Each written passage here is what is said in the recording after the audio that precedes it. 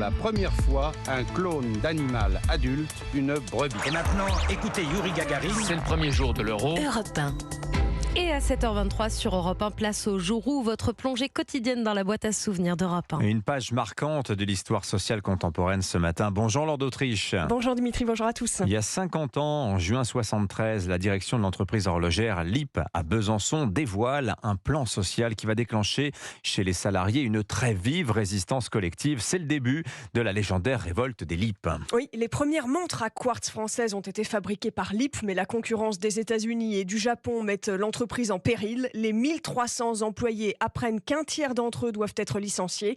Ils décident d'occuper l'usine. Il y a 1300 familles qui risquent d'être sans salaire au mois de juin, sans salaire au mois de juillet, les colonies de vacances. Essayez de vous mettre à la place d'une famille ouvrière avec les problèmes que ça cause à cette période, loyer et tout ce qui s'ensuit. Et le 20 juin 73, ils saisissent un stock de 30 000 montres qu'ils vendent au profit du collectif. Nous allons les vendre très certainement au prix qu'on nous les vend à l'usine, avec 40% de réduction. Pour l'instant, il faut sauver l'horlogerie française. C'est une forme de lutte, une expérience dans le système. L'un des acheteurs témoigne alors au micro d'Europe 1. Je l'ai payé 136 francs, alors qu'elle doit valoir beaucoup plus cher.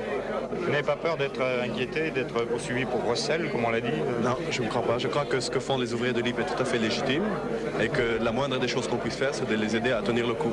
Alors l'affaire des LIP passionne les médias. Pendant plusieurs mois, les salariés se réunissent sous le slogan suivant: c'est possible, on fabrique, on vend, on se paye. Oui, les ouvriers se versent un salaire, le même pour tout le monde. Ils remettent en marche aussi une chaîne de fabrication. S'il nous manque un certain nombre de pièces, nous n'hésiterons pas à les acheter, à faire le maximum pour les récupérer, pour pouvoir monter des montres. Mais en août 1973, les CRS occupent l'usine. Le Premier ministre Pierre Messmer veut sanctionner les manifestants, sauf que le 29 septembre 1973, 100 000 personnes manifestent dans les rues de Besançon et scandent ce slogan: Mai 68, LIP 73, le pouvoir aux travailleurs. Les LIP pourront-ils imposer une solution négociée ?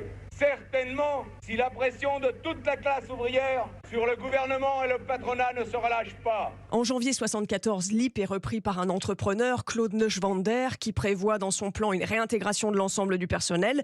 Mais l'entreprise, qui accumule toujours les pertes financières, dépose le bilan en 1976 et l'usine est à nouveau occupée. Merci Laure d'Autriche pour cette page de l'histoire sociale française grâce aux archives sonores d'Europe 1.